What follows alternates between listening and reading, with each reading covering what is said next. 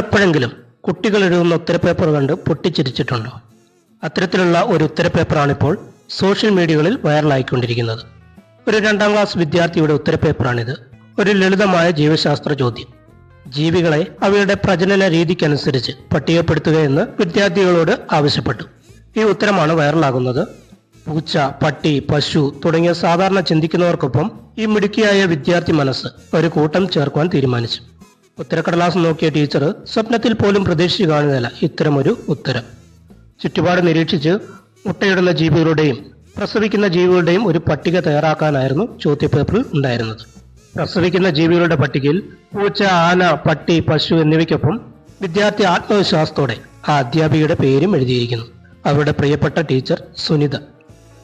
ഈ വിദ്യാർത്ഥി ക്ലാസ്സിൽ വളരെ ശ്രദ്ധയോടെയും വളരെ അവിസ്മരണീയമായ ബന്ധം സ്ഥാപിക്കുകയും ചെയ്തിരുന്നതായിട്ട് തോന്നുന്നു.